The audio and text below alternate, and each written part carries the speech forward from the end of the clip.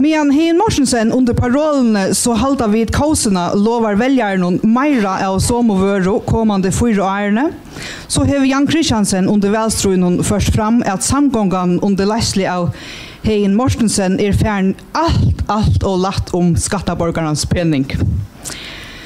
Och han säger så sent som sättna parten vi med i telefonen nu det att vi Janna Flashen och Choalde vi rör ända vid så lukst och i avgrundene.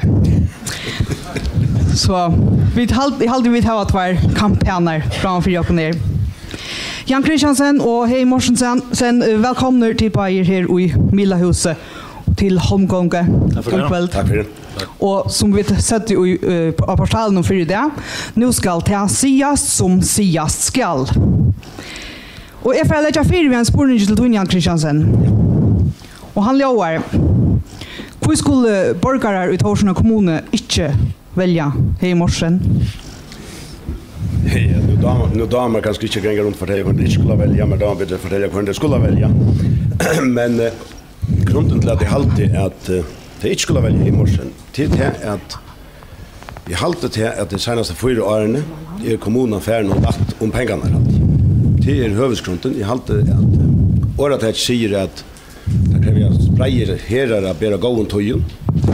Det är alltid att man är färd för lagt om pengarna till huvudgrunden alltid till det ekonomiska.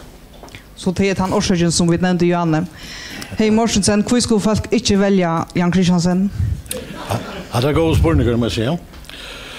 Jag får inte säga att jag skulle välja Jan Christiansen, men jag är kanske Iva.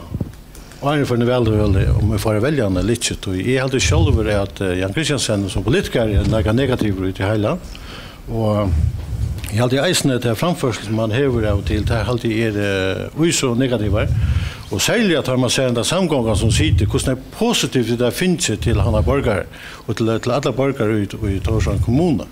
I rocken vi så jag bara här i rocken vi att nägla folk är för allt det som är övrigt. Vi gör det samgångsskäl och allt fyllt upp. Vi tar ut först allt det som vi lovar och till det som vi alla framhållande gör nästa 4 år.